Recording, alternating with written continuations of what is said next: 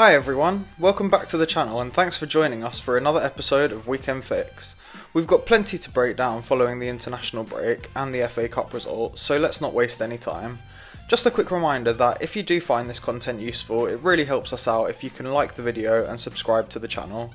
My name's James and I'm here as always with Patrick. Now let's get back into the action. Hi everyone, we're going to start off by looking at the trending transfers this week, and we will start with the players being transferred out. Palmer has been transferred out by over 500,000 managers already this week. I felt great since Palmer left my team, but you still got him, James. Why are you keeping him? I still think he has a big role to play this season. Both Palmer and Jackson have been seen training, and the return of Jackson should definitely help Palmer get back to form. He's got such a good fixture run and his ownership has plummeted, so he's almost a differential now. I'm happy to give him another chance. The next few players are expected on this list because of their injuries. Trent, who's likely out for the rest of the season, and it's not impossible that he's already played his last game for Liverpool. Chris Wood, who's reportedly out for a month with a hip issue. And Lewis Hall, who's also likely out for the rest of the season with his injury. And Mbeumo completes the top 5, and there's probably two main catalysts for this. The first is that Brentford have some horrible fixtures upcoming, and the second is that Crystal Palace are now likely to double-double, so managers are probably moving him on for Eze or Sarr to capitalise on those double game weeks. Moving on to the transfers in, on top of the list is Bruno Fernandes. We spoke about it last episode, but given the difference in form and regardless of upcoming fixtures, Bruno has been the perfect Palmer replacement recently. He's playing 90 minutes, he's on penalties, he's got the form, and so I can understand the transfers in. Okay, next on the list is Marmoush. He looks a nice pick for managers who don't have the budget for Haaland. He's had very similar stats and points over the recent fixtures though, so he does look a great value for the price difference. Isak is next, and he's definitely the best captaincy pick in double game week 32. Newcastle play at home to Brentford and away at Leicester before their double, so could be worth getting him back early. Sarr and Munoz are the last two, and it's no surprise to see Palace assets being brought in. They play Southampton next, then Brighton before doubling in 32, and then very likely doubling again in 33. Okay, so we've seen who's being brought in and out. Let's have a look at the teams who we think you should be looking at with your transfers or wildcards. On screen you can see Bournemouth, who have 3 really strong fixtures ahead, and then Crystal Palace and Newcastle, who both double in 32, and Palace, who are also likely to double in 33, so really should be the priority team to attack. I think Henderson is the best keeper on this list, but he will tie up an important Palace space, so Pope will be the play for me, as you'll see in my team selection. Munoz and Kirkes look the pick of the defenders. They're boasting regular attacking returns and have the fixtures to pick up points at both ends of the pitch. Yeah, Hutchinson is also up there if you don't have the budget for a 5 mil defender. I also think Burn has looked good lately and could be a nice cheap pick.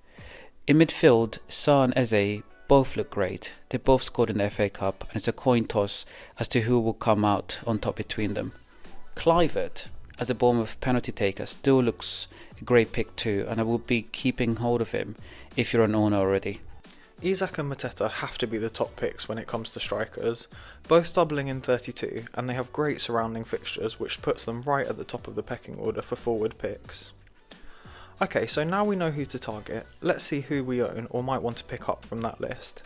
Patrick, why don't you talk us through your team and potential moves this week to see if you're on the same page. For game week 30, I've decided to keep Onana in goal. He faces Nottingham Forest away, offering a chance for clean sheet points because Wood is not available. My defence includes Kirkes against Ipswich, who I've come to expect to either get an assist or get a goal. Van Hecke against Aston Villa and Wan-Bissaka against Wolves. Although Van Hecke's matchup against Aston Villa's strong attack could be challenging, I'm hoping for potential attacking returns, and an injured Watkins should reduce Aston Villa's goal threat. My midfield is anchored by Salah, who's against Everton, and Bowen against Wolves, whose creativity could exploit Wolves' weak defence. I still have Kluivert, who's against Ipswich, and Sarr, who's a new addition to the team, but did cost me a -4. Sarr is facing a leaky Southampton side, and he has potential to have back-to-back double game weeks. Up front, I've stayed with Haaland against Leicester, and he's my standout captaincy option against Leicester's struggling defence. I've brought back Isak, who's against Brentford, for the injured Wood. Isak is also doubling in 32, and he's a major goal threat against an adventurous Brentford side. And lastly, I've kept Beto only because I didn't want to take another minus to transfer him in. He faces a tough Liverpool team, but Liverpool's recent results have shown that they're very vulnerable. Overall, I'm quietly confident about my team and my chances this week. I know you've been planning non-stop for the last few days. What's your team looking like?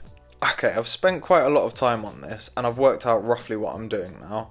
I've already made 3 transfers and taken a -8 to bring in 3 players, all on the players to target graphic. I've done Wissa to Isak and Buemo to Sarr, and lastly I've done Henderson to Pope for strategy purposes.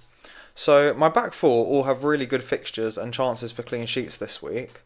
Ederson against Leicester, Munoz away to Southampton, Kirkes at home to Ipswich and Aït-Nouri at home to West Ham. All the defenders have decent chances of attacking returns too, given their form and fixtures. In midfield, I've got Bowen and Sarr, who both have good fixtures even though they're away from home. Then all my other attackers play at home. Palmer, I'm hoping will step up against Spurs. Kluivert has a great fixture against Ipswich, and then Salah, who I'm pretty sure will get my armband this week. Isak and Marmoush are my 2 strikers, with Wood dropped to the bench given his injury issues. They are both in great form and have the fixtures to secure some big points between them. Finally, my assistant manager is now active.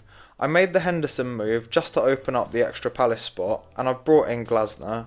I want to attack 33 with the free hit ideally, which means I need to play it this week. I'll get Southampton away with no table bonus, Brighton at home which could possibly see the table bonus, and then Newcastle and City both with table bonus, and I'm really excited to see how it pans out. Well, that's all from us this week. Deadline is tomorrow at 6:15 UK time.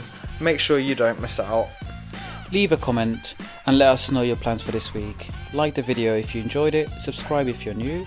Don't forget to follow us on X for last minute tips and advice at Weekend Fix. Good luck everyone, thanks for watching and see you next time.